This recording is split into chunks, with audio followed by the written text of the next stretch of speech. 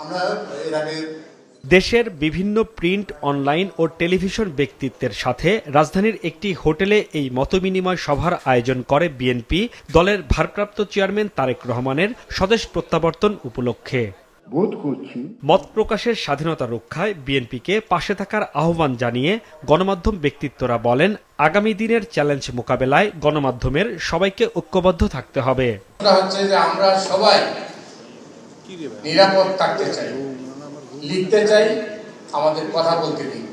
আপনারা যদি এটা নিশ্চিত করেন সাধুবাদ জানাবো, আর না হলে আবারও হয়তো আমরা আপনাদের সমালোচনা করবো, কিন্তু এই সমালোচনা যেন হঠকারিতায় পরিণত না হয়। আমাদের রাজনৈতিক নেতৃবৃন্দের কাছ থেকে আগামী দিনের ভবিষ্যতের জন্য তারা যে পথ নির্দেশ আমাদেরকে করছেন, আমরা সেটা শুধু প্রমিসের মধ্যেই সীমাবদ্ধ থাকুক সেটা চাই না।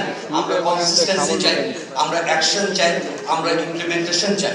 নতুন যে বাংলাদেশ আমরা চাচ্ছি, আমরা তারেক রহমানের নেতৃত্বে যেটা ভবিষ্যৎ দেখছি, সেখানে যেন ক্রিটিক্যাল জার্নালিজম, ইন্ডিপেন্ডেন্ট মিডিয়া, এই স্বাধীন সাংবাদিকতাকে নার্চার করবেন। এভাবে সারা দেশে একটা মততন্ত্র তৈরি হয়েছে, যুক্তি তর্কের বাইরে গিয়ে বিভেদ এত সংকট নিয়ে কোনো দেশ চলতে পারে না, কোনো সমাজ টিকতে পারে না, কোনো সরকার পরিচালনা করা সম্ভব না।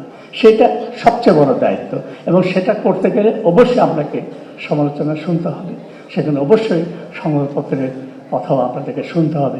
ভিন্নমত ও বক্তব্যের কারণে প্রতিষ্ঠানের ওপর হামলা কোনোভাবেই গ্রহণযোগ্য নয় উল্লেখ করে বিএনপির সিনিয়র যুগ্ম মহাসচিব রুহুল কবির রিজভী বলেন, ফ্যাসিবাদোত্তর সময়েও এমন ঘটনা গভীর উদ্বেগের। প্রত্যেকের কথা বলার অধিকার থাকবে, প্রত্যেকে তার মত প্রকাশ করার অধিকার থাকবে। প্রথম আলো ও ডেইলি স্টার কার্যালয়ে হামলার প্রসঙ্গ টেনে সভায় বিএনপির স্থায়ী কমিটির সদস্য সালাউদ্দিন আহমেদ বলেন, সরকারের দুর্বলতায় বিভিন্ন স্থানে মব তৈরি হচ্ছে, কঠোর হস্তে মবক্রেসি দমনের আহ্বান জানান তিনি।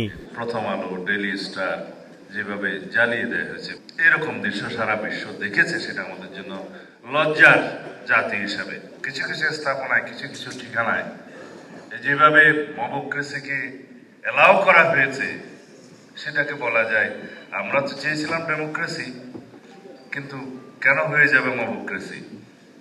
তাকে কেন লালন করতে দেয়া হবে? এগুলো আমি সরকারের দুর্বলতাকেই ইঙ্গিত করছি। এগুলো আরো কঠোর হস্তে দমন করতে হবে।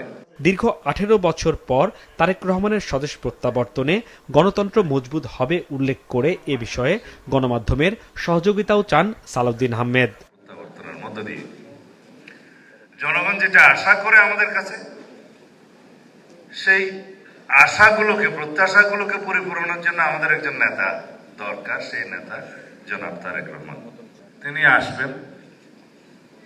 সারা জাতি অপেক্ষমান। তার এই প্রত্যাবর্তনকে আমরা গণতন্ত্রকে শক্তিশালী করার জন্য কাজে লাগাতে চাই। ব্যক্তিকে শক্তিশালী করার কোনো উদ্দেশ্য আমাদের এখানে নেই।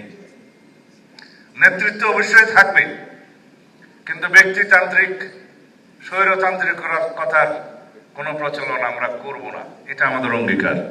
আগামী 25শে ডিসেম্বর বিএনপির ভারপ্রাপ্ত চেয়ারম্যান তারেক রহমানের দেশে ফেরার কথা রয়েছে। এ উপলক্ষে দলের পক্ষ থেকে ব্যাপক প্রস্তুতি নেওয়া হচ্ছে। হাসনাইন তানভীর, মাছরাঙা সংবাদ, ঢাকা।